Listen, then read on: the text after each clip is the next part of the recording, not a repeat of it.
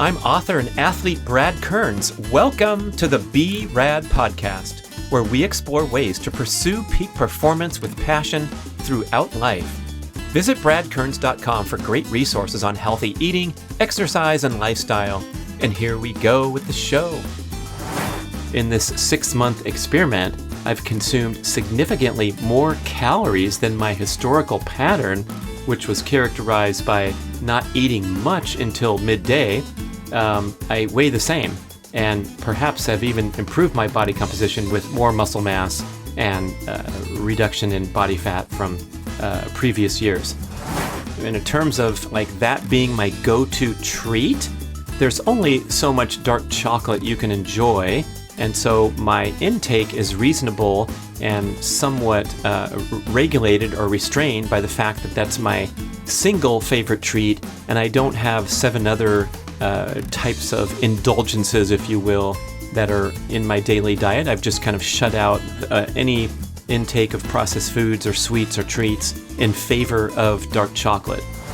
If you tell me it's healthy, I'll eat it, I'll grow to like it, and if you tell me it's not healthy for me, I will eliminate it tomorrow and never eat it again and not cry any tears.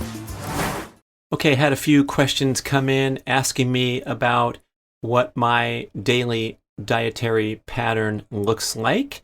And of course, in 2022, some big changes have happened in my philosophy, my critical thinking, and my second guessing some of the foundational elements of the ancestral health movement, and accordingly embarking on a experiment to modify my long-time dietary practices, such as fasting throughout the morning hours and watching my caloric intake in the back of my mind to maintain healthy body composition. And now some of those things have been called into question, and I'm playing around with different strategies. For example, consuming more daily calories and seeing what happens. And so far, nothing's happened except good. I haven't added a bunch of body fat, and you're going to learn why in more detail in this show dedicated to what does Brad eat in a day. So here in late 2022 is a good time to publish the show because I launched a big experiment. So we'll start the story back in May when I launched my experiment to consume more carbohydrates, more calories in total, and forget about the fasting periods and the compressed eating windows, and basically consume calories from soon after I wake up, as soon as I finish my 40-minute morning exercise routine, actually, and or a workout on the heels of that. So I start eating as soon as I can, but I'm not sitting down to consume calories before I launch into the morning exercise session. And a lot of times I'll piggyback a workout onto the morning exercise routine. So, but I will start grabbing some dried fruit before I begin the morning exercise routine. So I'm going to start from the moment I wake up. I very soon hit the deck and commence the session that you can learn all about on the online course. But I am reaching for some dried fruit that's inspired by the shows with Jay Feldman, where consuming some carbs first thing in the morning will turn down that stress hormone response, which is widely regarded as a desirable way to wake up in the morning. We get that natural and desirable spike in cortisol and serotonin, the drop in adenosine, so we feel alert and energized. But again, the argument that these are stress mechanisms and that you can fuel yourself with something that's easy to digest right away and maybe diminish the need for that cortisol spike and preserve that for the upcoming exercise session makes sense to me. No big deal either way. So I'm no longer scared of sliding a few dried mangoes in while I'm driving my dog over to the park to begin the morning exercise session or heading to the backyard to begin. So that's the first thing that happens. And then I have the 40-minute routine, possibly an add-on workout after that. And usually I'm doing something after that, even if it's not a big formal training session at the track. I'll go and do some extra deadlifts in the backyard or stretch cords or jogging down the street at a slow pace, which I've added back to my overall training program to put more time on my feet and better condition myself for the sprint workouts. Not that I'm training for endurance goals anymore, but I'll run 1 to 2 miles most every day, believing that it'll help me perform and recover in my high-intensity sprint session. So when I finish that usually an hour or an hour plus of exercise, then I will go and hit the now world famous, because I keep talking about it, the huge bowl of fresh fruit and the giant whey protein super fuel smoothie that can appropriately be called a high carb, high protein, high fat smoothie. And so that's a pretty big dose of nutrition first thing in the morning. So I'm not often stacking that with a proper breakfast like omelets or cooking up eggs or something else. But sometimes, believe it or not, especially if I've done something really strenuous, I will do the fruit and protein reliably. And then soon after, maybe it's 20 minutes, maybe it's an hour, maybe it's right away, I will prepare a delicious, nutritious breakfast, which usually centerpiece would be eggs with avocado and corn tortillas. But let's go back to the bowl of fresh fruit. Scott and other listeners, we're going back and forth with our new fascination, new hobby. He says, what kind of fruit? Have you tried these amazing California mangoes? Yeah, man, I'm going for a lot of tropical fruit and fresh berries, pineapples. And so this is definitely a flip-flop from all the commentary in years of books where we generally projected this message that you want to take it easy on fruit a little bit. You know, it's got a lot of sugar. It can be contributing to storing excess body fat. And of course, the vegetables and the wonderful, abundant, colorful nutrients that are found in your salad or in your green smoothie, we touted those a great deal over the years. And so now, yes, I stand here with a change of heart. And so I am big time thumbs up on the fruit and have really backed off my vegetable consumption, inspired by the carnivore leaders like Dr. Sean Baker, Dr. Paul Saladino.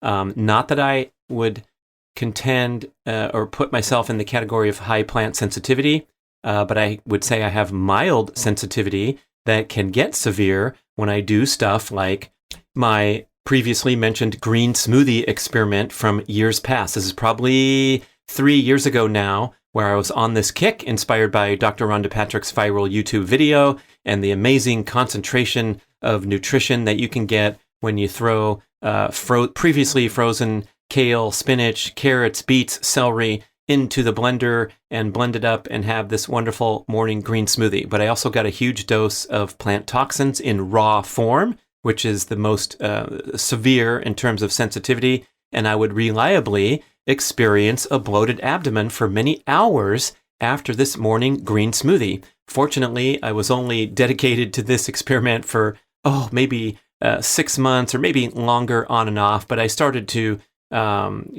reflect a little bit on how could something like this be truly healthy when it's causing me such immediate and acute digestive distress. So if you want to test for your own sensitivity to plant toxins, that's a great way to just pile in huge piles of produce in raw form and see if you can handle it. So I've had a change of heart about the urgent need to have vegetables and produce be the centerpiece of your diet, because by comparison, the animal foods, especially the animal superstar foods at the top of the ranking, provide much more nutrition than even the super duper kale smoothies and almond spinach salad and things like that. The stir fries that I used to make many days, giant piles of produce, and at least I would cook them up. So those were much easier to digest than my raw smoothie. But I'm now contending that vegetables have gone by the wayside for the most part. But I'm, really big bullish on fruit, especially in the morning, especially after my 40-minute or 1-hour exercise session. And that's probably an important point, especially when we have a lot of counter arguments to what I'm talking about here, is that, as Liver King likes to say, I earned my carbs, and I earn them every single day because my first hour of every day is pretty strenuous and I'm burning a significant amount of calories. And so, hey, the big bowl of fruit right after really works well for me. And then I'll talk about my wonderful protein smoothie, which I also believe has been a huge catalyst for a number of benefits, including the ability to drop that excess body fat that I've talked about on previous shows and effortlessly maintain my ideal body composition down here at 163, 164 pounds, which to me is important because I feel good, but also because of my competitive goals, which happen to be the high jump, and extra weight does not really help. In fact, when you look at the world-class high jumpers, they too weigh 163, 164 pounds, but they're like 6'3", and so forth. So I'm doing the best I can, people, but I feel like this is a healthy weight. And even though in this 6-month experiment, I've consumed significantly more calories than my historical pattern, which was characterized by not eating much until midday, I weigh the same. And perhaps have even improved my body composition with more muscle mass and reduction in body fat from previous years. So I'm going to contend that my morning exercise routine and increasing the degree of difficulty, combined with this nice start to the day where I'm getting maximum and optimal cellular nourishment, sets my appetite and satiety hormones very nicely, because when I finish the fruit and the smoothie, I am very satisfied, and for many hours afterward, I don't worry about a snacking or taking these departures that we often lament when we're trying things like extended fasting, and oftentimes this stuff will kind of become exposed, let's say late in the evening when you're reaching for that pint of ice cream. And not to pick on anyone who likes to go reach for a pint of ice cream, but if you unwind that story a bit, we might discover needs to improve areas such as perhaps not consuming enough protein over the course of the day and feeling a little depleted and burnt out. And our brain does not like to feel depleted and burnt out, so we will experience strong cravings for quick energy, nutrient deficient food at those times when we're a little bit fried. So front loading, in a sense, your nutritional needs in the morning has been a winning strategy for me. I've talked a long time in many books, podcasts about the wonderful benefits of fasting, where you get that anti-inflammatory response, you get that immune boosting response, you get the autophagy, the cellular repair. And for many people who are caught in the throes of an overly stressful, insufficiently active, and excess processed food consumption lifestyle, boy, fasting can be a real life-changing practice because it's keeping you away from adverse dietary habits such as the great all-American breakfast that you see at the hotel buffet or in the typical cultural traditions that we've had for so long with your oatmeal and your pancakes and your French toast and your muffins and your orange juice and this huge load of largely nutrient-deficient processed carbohydrates that set you up for trouble and a roller coaster day of cravings and mood swings, energy level swings, declines in cognitive function because you dosed yourself with nutrient-deficient foods that inhibit cellular energy production first thing in the morning. So when I talk about fruit and the ingredients in my smoothie, I'm talking about very nutritious agents that are not difficult to digest and that nourish my cells efficiently without any bloating of the abdomen and all those side effects that I experience from consuming a lot of plant toxins, albeit widely regarded as healthy when I describe that smoothie with the beets and the celery and the carrots and the spinach and the kale. Whoop-de-doo, not going to be as winning as something that doesn't cause those problems and still provides excellent nutrition. So as far as the smoothie, you can look on the website at the B.rad Whey Protein Superfuel, and we have a link to a number of interesting, delicious, creative smoothie recipes that you can try with the whey protein at the centerpiece. But essentially what I'm putting in there is bone broth is my starting point, my liquid base. And no, it does not adversely impact the taste of the smoothie. And I just find it a great way to get my daily dose of bone broth assuredly. So it's just cold bone broth, and that goes in as liquid. I'm putting in frozen chunks of liver, so pre-frozen grass-fed liver, which is giving me nutritious source of fats, the bone broth and the liver. I'm putting in a sufficient amount of frozen fruit on top of all the fresh fruit that I ate. I'm always putting in frozen bananas, and then I'll often include frozen strawberries or frozen tropical fruit like mangoes, buying those in bags ready-made at places like Trader Joe's. So I have all these ingredients ready. And another great feature of the fruit and the smoothie bomber in the morning is it doesn't take a lot of time to knock this out and get this great dose of nutrition. So I'm not slaving over the stove, because I know a lot of us are pressed for time in the morning, but you can certainly wash up some berries, throw them in a bowl, get your pineapples, your mangoes, your papayas. And I like to spend the time in the kitchen getting the fresh fruit and slicing it up. And it does take a long time, but I sort of enjoy it, and I feel really connected to healthy eating when I'm preparing the food from scratch. But sometimes it's tempting to buy the pre-sliced stuff, especially when, let's say, you're traveling or you don't have that time to devote.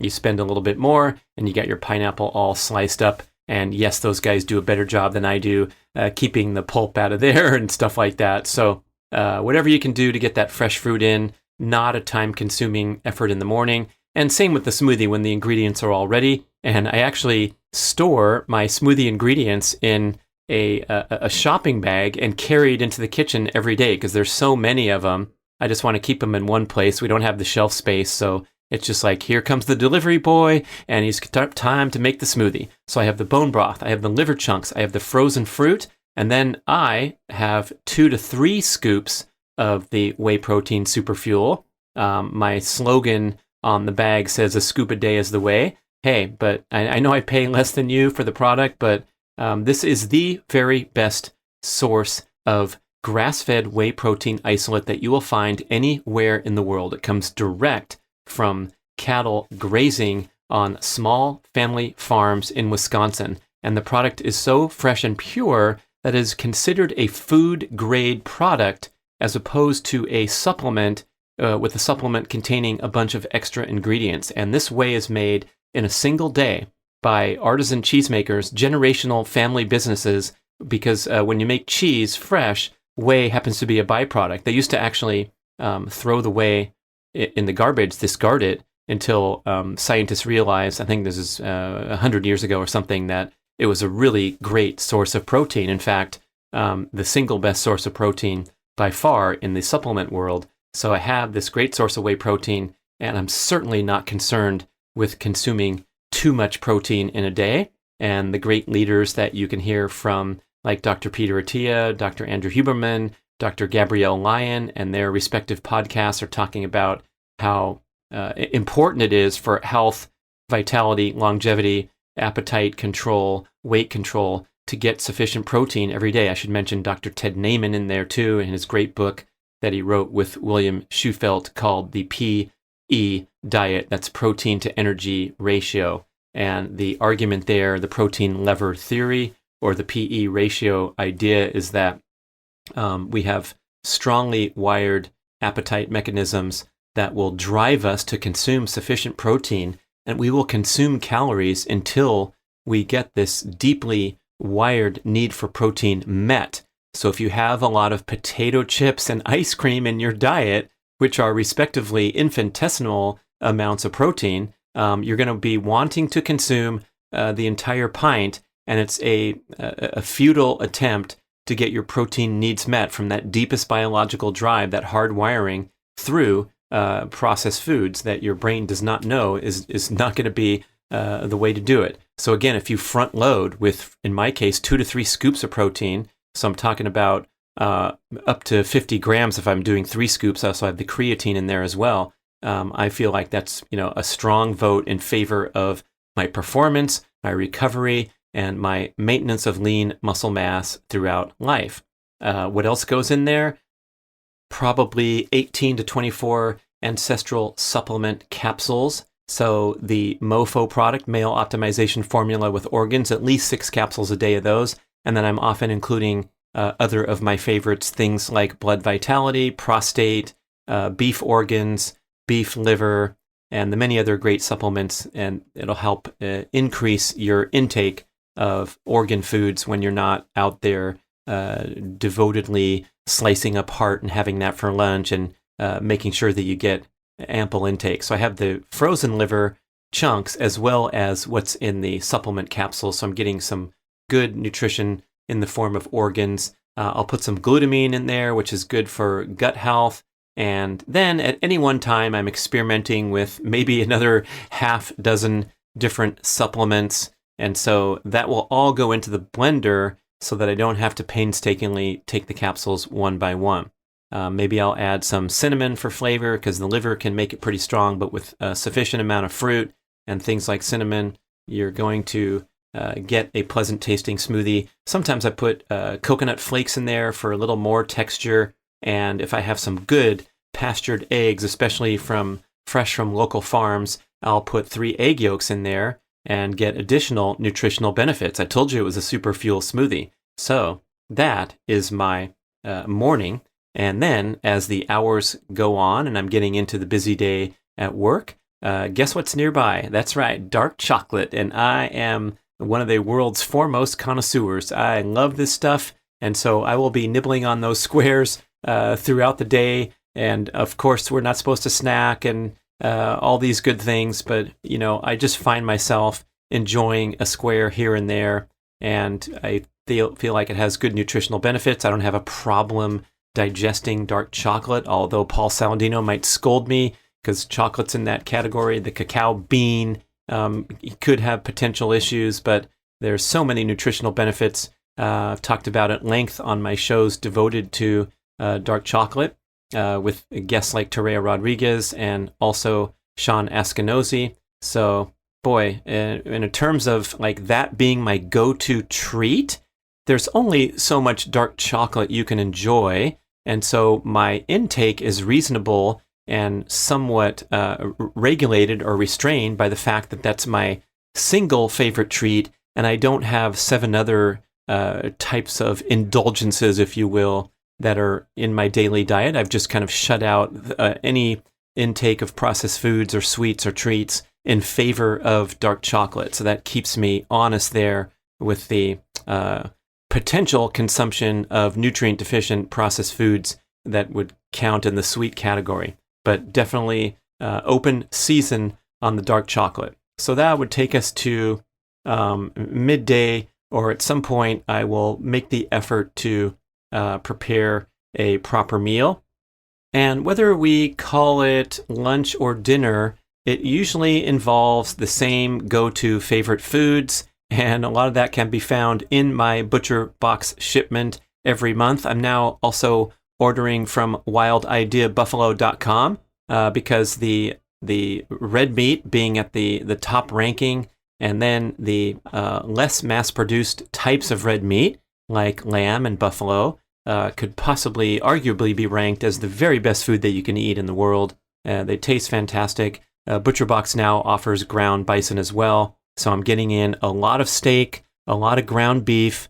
Typically, I'll cook this stuff in the cast iron skillet, and then I'll sometimes throw on a couple of small baby corn tortillas, buttered up nicely so they get a little crisp, and then I'll cut the steak or put the ground beef into the corn tortilla. And of course, the corn tortilla is not a nutrient-dense centerpiece of my diet, but it helps me enjoy the meal a little more. A lot of times I'll slice some avocado on top of that, so I have these little miniature tacos, if you would call them. And I also enjoy putting on some of the exotic hot sauces. We found one at a Seattle farmer's market that the ingredient list was amazing. It had like orange juice, jalapeno pepper, a bunch of other interesting things, and it kind of has this a little bit sweet orange taste, kind of like Cholula sauce is another popular brand, and so that will go on there too sometimes. And that would be a typical lunch or dinner centerpiece. And also around the dinner time, I'm going to go and make a concerted effort to add some more carbs, usually in the form of sweet potatoes or extra fruit into the evening, perhaps as an after dinner enjoyment. So I'm eating a lot of the nice bright orange traditional sweet potato, and then when I can find them, the purple sweet potatoes are another new favorite. And inspired by Jay Feldman, he wants you to discard the skin because the small amount of plant toxins that are contained in those root vegetables are concentrated in the skin. I used to love the skin, so now I eat it with no skin, and that would be steak and sweet potato would be a typical dinner. So indeed, inspired by Dr. Paul Saladino, wanting us to emphasize red meat because the ruminant animals, like the lamb, like the bison, like the cow, do a better job processing the feed that's included in their diet if they're not 100% grass-fed, which is pretty rare and expensive. So let's say that I'm getting grass-fed and grain-finished animals, then they are going to deliver a superior end product in terms of nutrient density, nutrient profile, as well as a lower of undesirable polyunsaturated fatty acids in the final product in the tissue that we're consuming, in comparison to a chicken or a pig, which are monogastric animals, single stomach animals like the human. And so when we give a chicken or a pig the typical corn or soy feed that they're raised on, they deliver an end product that has an inferior fatty acid profile with increased levels of polyunsaturated fatty acids due to their unnatural diet and their difficulty processing it in comparison to the ruminant animal, the red meat. So that's a big vote in favor of red meat, unless you can source a premium and pristine quality chicken or pig food. And I had a great guest on the show, Tyler Dolly from Big Bluff Ranch, where they raise sustainable and regenerative farm chickens. And so these chickens are afforded their wonderful natural diet. It is supplemented with feed, but they are avoiding the corn and soy feed and giving them more natural product. And so when you get a sustainably raised chicken or pig, you can alleviate some of those objections. But for now, exposed to this refined information, I enjoy bacon, and I would often have that with an egg meal, but not from a conventionally raised pork, because what you're getting there is mostly fat, right, with the bacon. That animal could be giving you a fatty acid profile that's not optimal and vastly inferior to, let's say, a nose-to-tail strategy of emphasizing red meat and getting your liver, your heart, your kidney, and other organs into the mix. And especially when I say bone broth as the base of my smoothie, I'm talking about the ultra-high quality bone broth that comes at a radically different price point than the stuff that's labeled beef broth or chicken broth in the cardboard boxes that you see at the grocery store for $2. So this is a authentic bone broth, and the way you can tell is that it should be gelatinous when it's refrigerated. So that's what's going in the base of my smoothie, and doing the best I can to emphasize red meat at those meals. And that means, as I talked about with the chicken and pig taking a back seat to red meat, and also I find myself consuming less fish, although I'm a big fan of wild-caught salmon. Again, with some good content from Saladino talking about how a lot of the fish are becoming more and more objectionable due to scarcity, due to adverse fishing practices that affect the environment adversely, and then finally due to concerns about toxins as the oceans become more polluted. And of course, the farm fish, especially the most popular stuff like Atlantic salmon and things like shrimp, there's some good argument that you really want to stay away from that stuff because it's just too heavily processed, and the fish are fed this pellet food that contains hormones, pesticides, antibiotics to keep them healthy in cramped, unsanitary conditions. And yeah, the salmon melts in your mouth and tastes great at the restaurant, but it's not going to score highly on the Carnivore Scores food rankings chart. So it's really simplifying, focusing in, and picking foods that I enjoy. I'm trying to enjoy my life too, but I'm also putting in a vote here to not be constantly entertained and dazzled by a succession of exotic meals with this food or that food that might not be of high health standard, but tastes great. And I think that's something that we all deserve to wake up to here in everyday life as we destroy our health with the routine consumption of great cultural centerpiece foods like the apple pie has to come at the holidays, or the big stack of pancakes has to come on Sunday morning. And I think we can rethink a lot of these traditions and extricate the fun and excitement of having a family brunch with the need to consume nutrient-deficient processed calories. So with my diet, I don't know if you want to join me in this quest or not, but if you tell me it's healthy, I'll eat it, I'll grow to like it. And if you tell me it's not healthy for me, I will eliminate it tomorrow and never eat it again and not cry any tears. And I'm thinking of an epic conversation I had with one of my neighbors a long time ago where she stopped me and we had a really authentic and vulnerable conversation where she was complaining about her weight gain and her frustrations with signing up for the programs, and it wasn't working for her. So I painstakingly presented this wonderful overview of the ancestral eating strategy where you're talking about going back to our hunter-gatherer roots and eating the great foods that fueled human evolution: meat, fish, fowl, eggs, vegetables, fruits, nuts, and seeds. And if you see no grains, because grains and sugars and seed oils do damage to your metabolism and hamper your ability to burn fat. And I went on and had this conversation that probably lasted up to a half an hour. And at the end, she says, well, I really can't live without my bread and my wine. And so I guess I don't think I'm going to try it.